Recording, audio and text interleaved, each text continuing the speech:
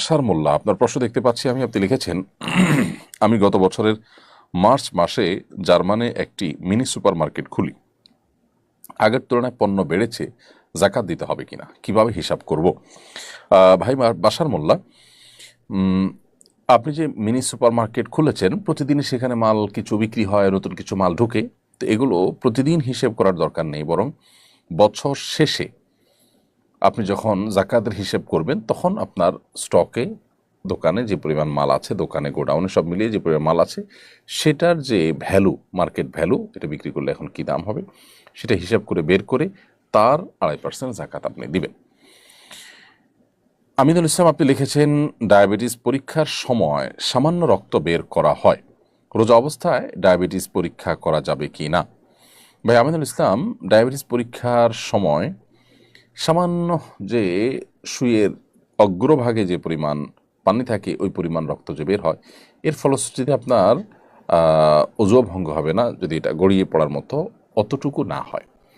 আর যদি বড় এক ফোঁটা হয়, যেটা আসলে গড়িয়ে পড়ার মতো হয়, তাহলে সেক্ষেত্রে রোজা ভঙ্গ হবে। আর রোজা অবস্থাতে এই টেস্ট করলে রোজার কোনো ক্ষতি হবে না, কারণ শরীর থেকে 1, 2, 4, 10 ফোঁটা 20 ফোঁটা এরকম রক্ত পড়লে রোজার কোনো ক্ষতি হয় না। যদি এত বেশি রক্ত পড়ে, যার ফলে আসলে রোজাদার ব্যক্তির জন্য রোজা রাখাটা চ্যালেঞ্জিং হয়ে যায়, দুর্বল হয়ে যায়, তাহলে সেটা অ্যাভয়েড করতে শরীয়ত নির্দেশ করেছে, যদি সেটা অ্যাভয়েড করার মতো হয়।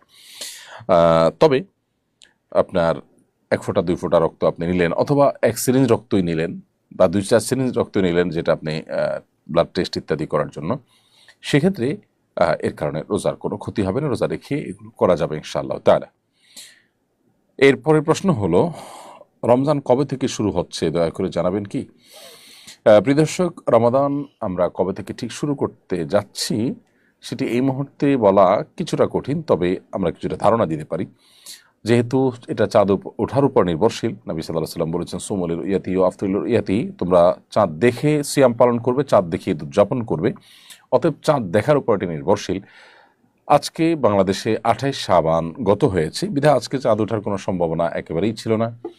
আগামীকাল অর্থাৎ শনিবার সন্ধ্যায় বাংলাদেশে আকাশে আমরা চাঁদ তালাশ করার চেষ্টা করব। আমি এই লাইভ অনুষ্ঠানের মাধ্যমে আপনাদের সবাইকে উদাত্ত আহ্বান রাখতে চাই, আমরা সবাই যার যার জায়গা থেকে চাঁদ তালাশ করার চেষ্টা করবো ইনশাআল্লাহ তাআলা। শনিবার সন্ধ্যায় সূর্যাস্তের সঙ্গে সঙ্গে বা সূর্যাস্তের ঠিক আগ মুহূর্তে থেকে আমরা পশ্চিম আকাশে চাঁদ তালাশ করবো ইনশাআল্লাহ।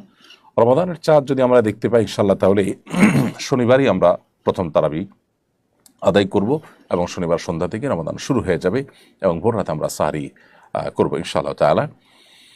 এর সম্ভাবনা যথেষ্ট প্রবল। আর যদি কোনো কারণে শনিবার সন্ধ্যায় চাঁদ দেখা প্রমাণিত না হয়, সাব্যস্ত না হয়, তাহলে নিশ্চিত আমরা রবিবার সন্ধ্যা থেকে, রবিবার রাত থেকে আমরা তারাবি সালাত আদায় করবো ইনশাআল্লাহ তাআলা। আল্লাহ তাআলা আমাদেরকে রমাদানকে অর্থবহ এবং সার্থক করার মতো আমল দিয়ে সাজাবার তৌফিক দান করুন। রমাদানকে আল্লাহ তাআলা আমাদের জন্য বারাকা দিয়ে, মাগফিরাত দিয়ে পরিপূর্ণ করে দিন। লিয়া আক্তার, আপনি লিখেছেন, আমার স্বামী মারা যাওয়ার আগে নামাজ পড়তে চেয়েছিলেন, তিনি সিসিউতে ছিলেন, আমি নামাজ পড়াতে পারিনি, আমি কি গুনাহগার হব? বোন লিয়া আক্তার, আপনার স্বামী মৃত্যুর আগে যে নামাজ পড়তে চেয়েছেন, যেহেতু তিনি সিসিউতে ছিলেন, নামাজ পড়াবার মতো কোনো পরিবেশ পরিস্থিতি হয়তো ছিল না, সেটাই যদি হয়ে থাকে তাহলে আপনার এখানে কোনো দায় নেই। তবে অনেক সময় দেখা যায় আমাদের পেশেন্টদেরকে আমরা একটু কষ্ট করলে তাদেরকে সালাত আদায় করতে পারি। তাদের শরীরের বিভিন্ন জায়গায় সুই ফোড়ানো, বিভিন্ন রকমের তার ইত্যাদি লাগানো, পাইপ ইত্যাদি লাগানো, এরকম অবস্থাতেও তাদেরকে কিন্তু আমরা টেস্ট করার জন্য স্থানান্তর করি, মুভ করাই। নামাজের জন্য আমরা এটুকুন কষ্ট করতে অনেক সময় রাজি না। সেটা যদি হয়ে থাকে তাহলে সেটা তো অবশ্যই ভুল। কিন্তু আপনি যেটুকু বলেছেন তাতে যা বোঝাতে চেয়েছেন যে সিসিউতে নামাজ পড়ার মতো কোনো অবস্থাতে ছিলেন না, হয়তো সেন্সলেস ছিলেন বা কিছু, তাহলে সেক্ষেত্রে আপনার কোনো দায় সেখানে নেই ইনশাআল্লাহ তাআলা। সাম্প্রতিক আইনশৃঙ্খলা পরিস্থিতি অবনতির প্রেক্ষাপটে চোর ছিনতাইকারীদেরকে গণধোলাই দেওয়ার পক্ষে সোশ্যাল মিডিয়া বেশ হাইপ উঠেছে। অনেকে বর্তমানে এটাকে সমাধান ভাবছেন। এ বিষয়ে শরীয়তের নির্দেশনা কি? দেখুন, দুর্ভাগ্যজনক বাস্তবতা যে আমাদের দেশে আইনশৃঙ্খলা পরিস্থিতি বেশ খানিকটাই, কিছুটা শুধু নয়, বেশ খানিকটাই অবনতি হয়েছে, এবং জনমনে বেশ কিছুটা আতঙ্ক তৈরি হয়েছে।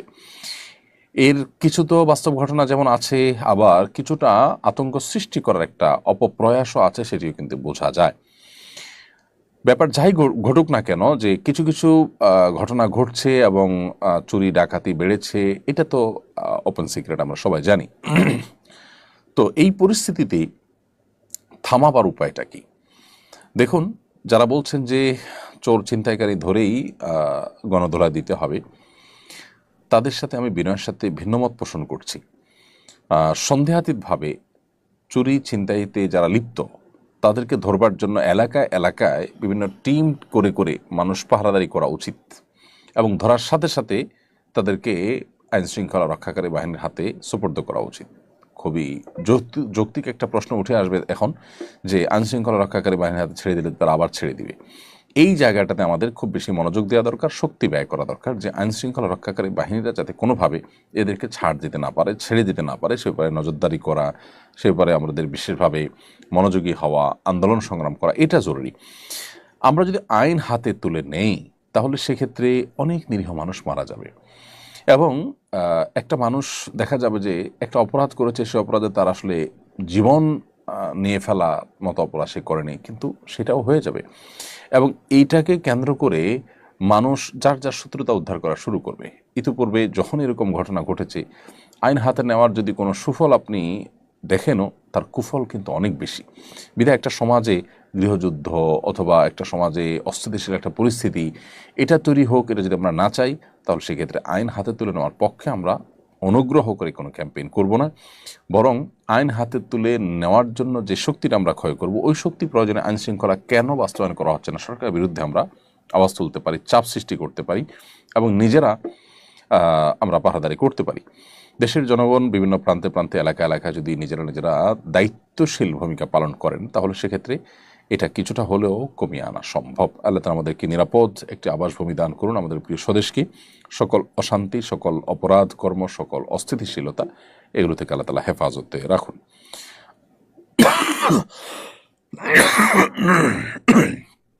দুঃখিত। বর্তমান সময়ে আমাদের সন্তানকে পড়াশোনার প্রয়োজনীয় এবং যোগাযোগ রক্ষার্থে মোবাইল, কম্পিউটার, ট্যাব সহ ইলেকট্রনিক ডিভাইস দিতে হচ্ছে, কিন্তু দুশ্চিন্তাও হচ্ছে যে তারা এসবের অসৎ ব্যবহার করছে কিনা, কোনো আপত্তিকর ওয়েবসাইটে ঢুকে যাচ্ছে কিনা। এক্ষেত্রে আমাদের করণীয় কি, আপনার সুচিন্তিত পরামর্শ কামনা করছি। দেখুন, সন্তানদেরকে পড়াশোনার প্রয়োজনে আমাদেরকে যে বিভিন্ন ডিভাইস দিতেই হয়, এই ডিভাইসগুলোতে বিভিন্ন অ্যাপস হয়ে তারা নানা অনভিপ্রেত ভিডিও বা ছবি এগুলো দেখে তারা বিপদগামিতার পথে চলে যাওয়ার আশঙ্কা সমূহ এবং জোরালো। শুধু শিশুরা কেন, আমরা বড়রাই কি নিরাপদ?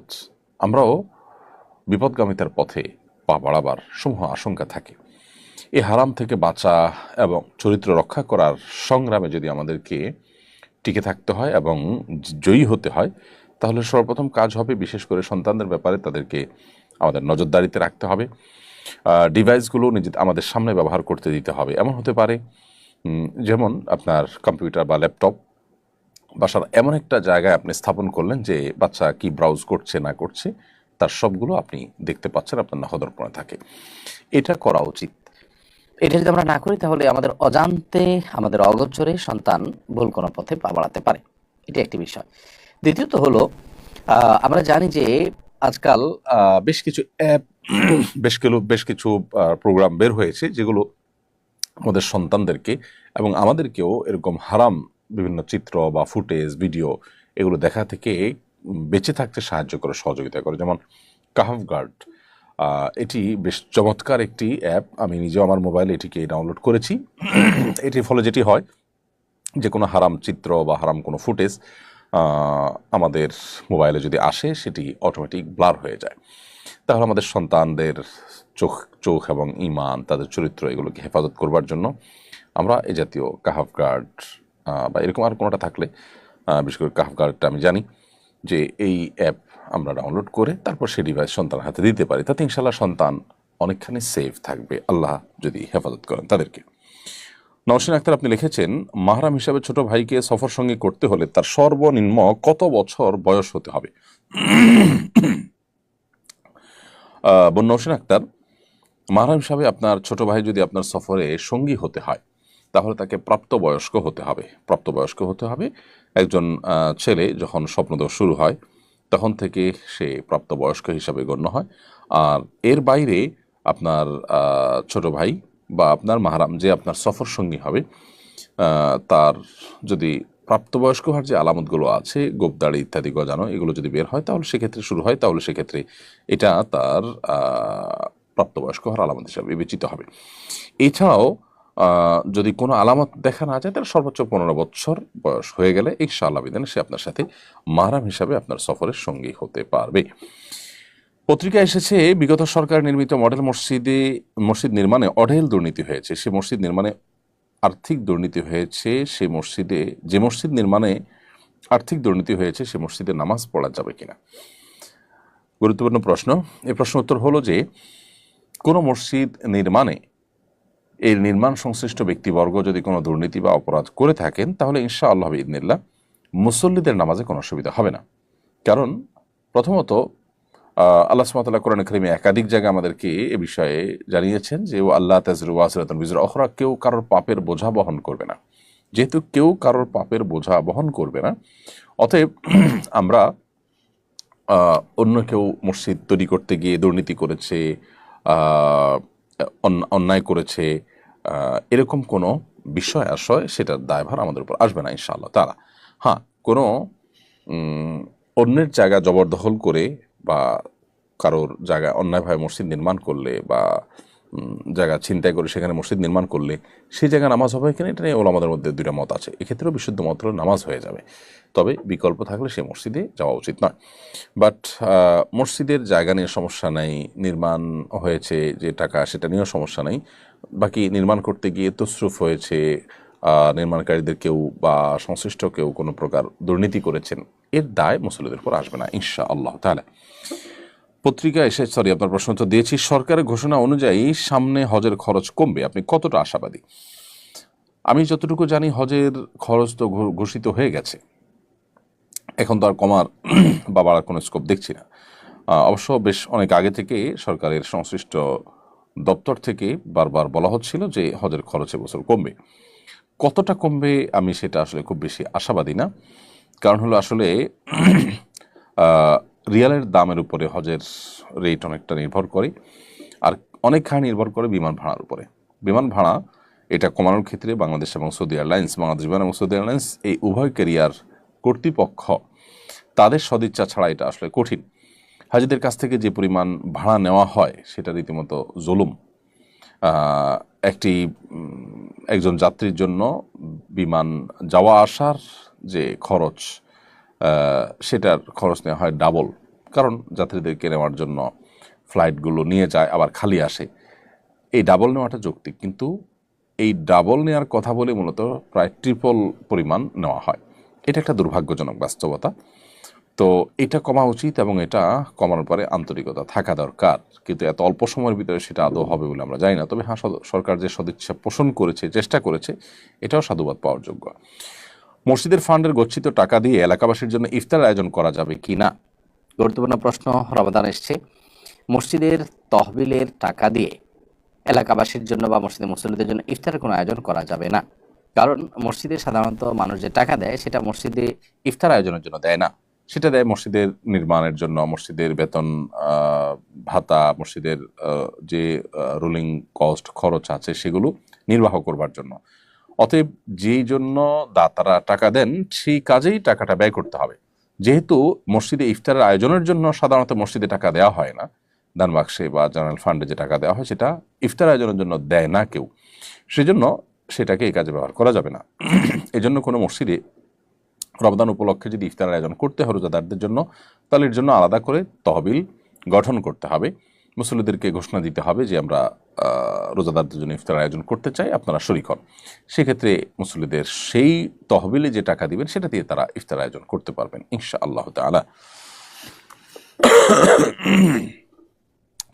শামসুন নাহার আপনি লিখেছেন, স্বামী যদি মোহরের টাকা না দিয়ে স্ত্রীকে দিয়ে সই করিয়ে নেয় যে মোহর বুঝে পেয়েছে, এতে কি স্বামী ঋণমুক্ত হয়ে যাবে? বোন শামসুন নাহার, স্বামী যদি মোহরের টাকা স্ত্রীকে না দিয়েই সই নেয়, এই সই নেওয়াটা জোরপূর্বক হতে পারে, প্রতারণা করে হতে পারে, এরকম যদি কোনোভাবে সই নেয় তাহলে এতে স্বামী দায়মুক্ত হবেন না। কেন দায়মুক্ত হবেন না? কারণ হলো এই সই নেওয়াটা তো সন্তুষ্ট চিত্তে নয়। স্ত্রী যদি তিনি সন্তুষ্ট চিত্তে জেনে শুনে ঠান্ডা মাথায় স্বামীর এই পাওনাকে এটা মাফ করে দেন, যদি বলেন যে মহরের বাকিটাকে আমাকে দিতে হবে না, কিছু টাকা আমি পেলাম বাকিটা ছেড়ে দিলাম, তো আল্লাহ তাআলা বলেছেন ফাকুলু হানি আম্মারিয়া, তাহলে মেয়েরা যদি কিছু নিজে থেকে খুশি হয়ে ছেড়ে দেয় তাহলে সেটা ছেলেরা অর্থাৎ স্বামীরা সেটা ভোগ করতে পারবেন। কিন্তু কোনো কৌশলে জবরদস্তি করে কিংবা কোন প্রকার ছলছাতুরি করে যদি তাদের কাছে স্বাক্ষর নেওয়া হয় তাহলে অবশ্যই আপনি দায়মুক্ত হবেন না।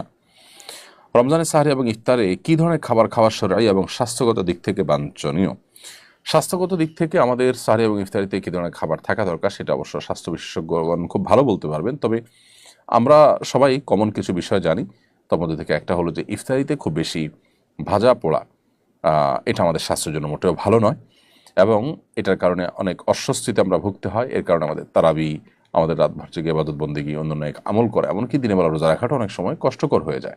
এই জন্য আমাদের স্বাস্থ্য ভালো থাকে সেরকম খাবার আমাদের খাওয়া উচিত। ভাজা পোড়া, অতি ঝাল, অতি মিষ্টি, যেগুলো আমাদের স্বাস্থ্যের জন্য ভালো নয় সেগুলো আমাদের অ্যাভয়েড করা উচিত, অন্তত রমাদানে ইবাদতের প্রয়োজন হলেও। দ্বিতীয়ত হলো আমরা ইফতার এবং সাহরিতে খেজুর অবশ্যই রাখার চেষ্টা করব।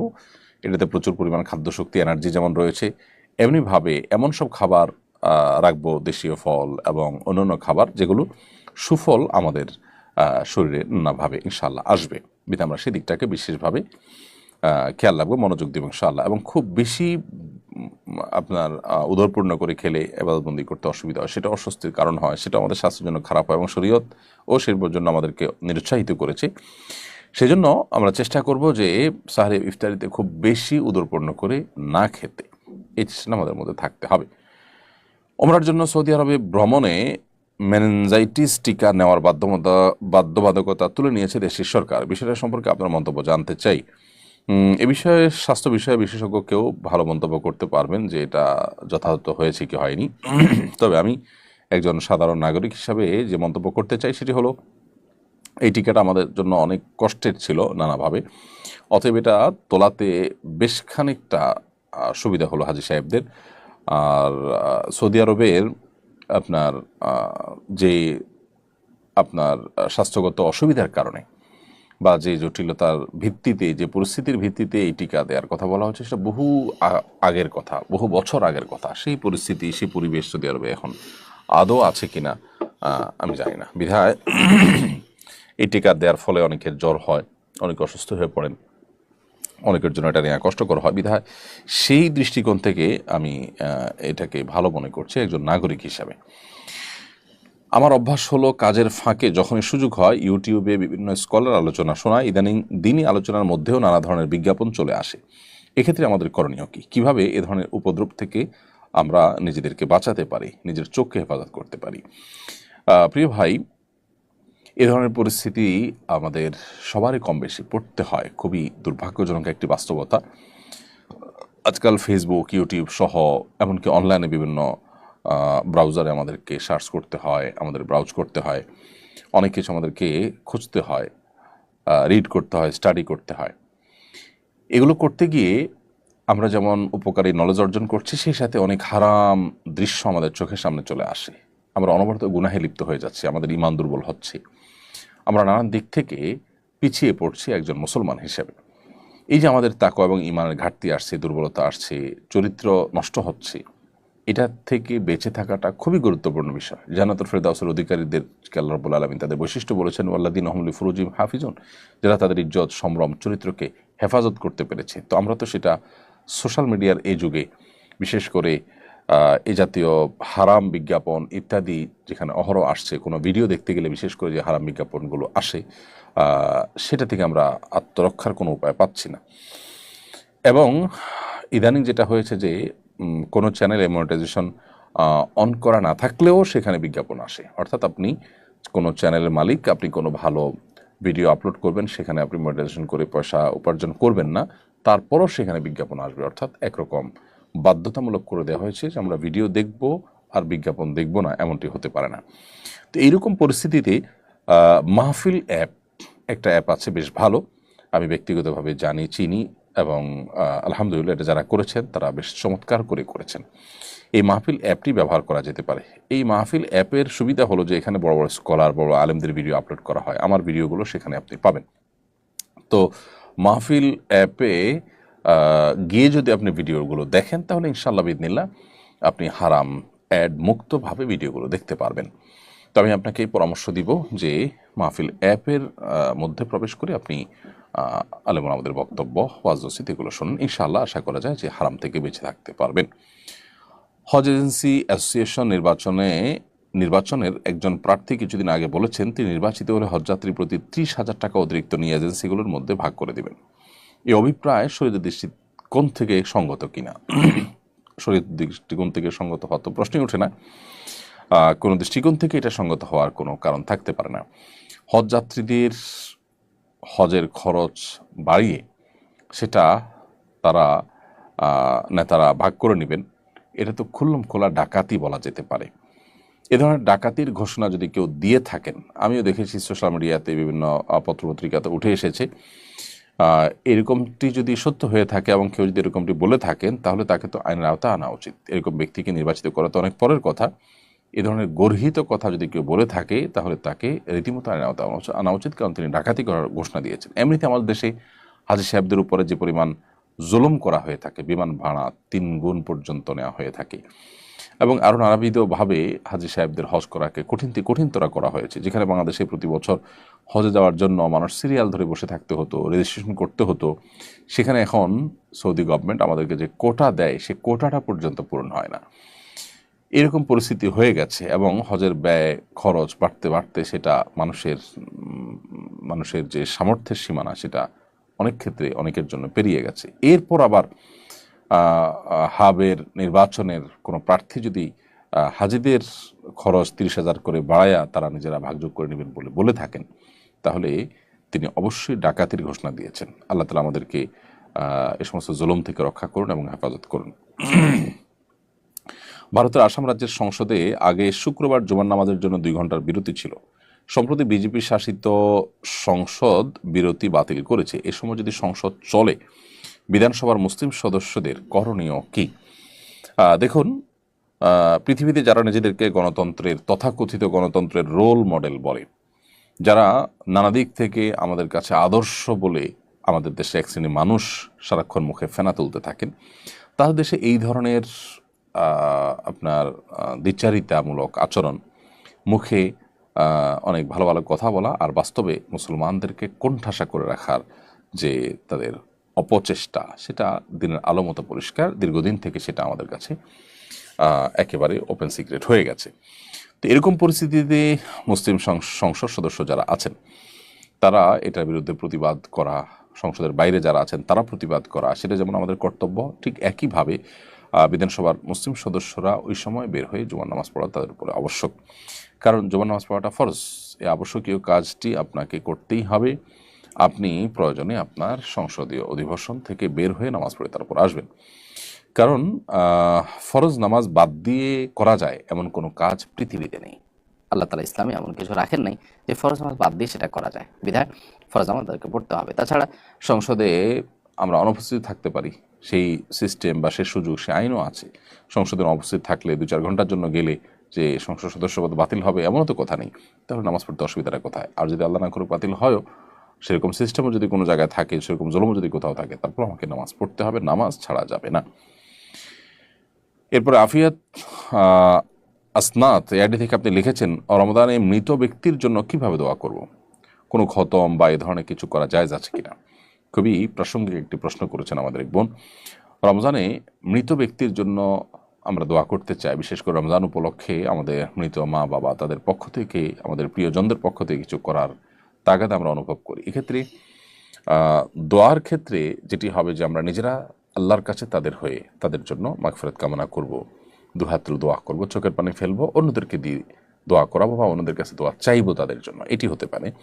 দ্বিতীয়ত, তাদের তরফ থেকে আমরা দান সাদাকা করব।